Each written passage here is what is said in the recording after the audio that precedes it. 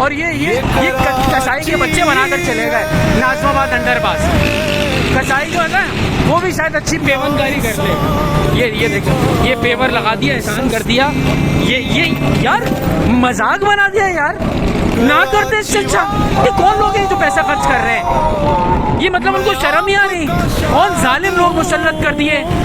ये चेपियां भी लगा रहे हैं तो ऐसी लगा रहे हैं, पिटायरों का बेड़ा गर्क कर दिया, बाइकों का गाड़ियों का बेड़ा गर्क कर दिया। अचानक से आपको वो जो चेपी लगी हुई होती है उधर इस तरह का जो है हाल हो जाता है। जितने मजदूर और ये जितने ठेकेदार, इनको भी अल्लाह का खौफ नहीं है कि ये जो थोड़ी बहुत चेपियां लगा रहे हो ये तो कम से कम दिल से लगा लो यार। ये मरम्मती काम हो रहा है जो थोड़ा बहुत चल रहा है ना कराची में दिखाने के लिए, लेकिन ये रियलिटी है जो पीछे दिखाई है। और ये सब मुलविस है, ये सिर्फ उनका काम थोड़ी है, इधर और भी तो है। ये यूसी डीसी ये किस लिए भरे हैं भाई?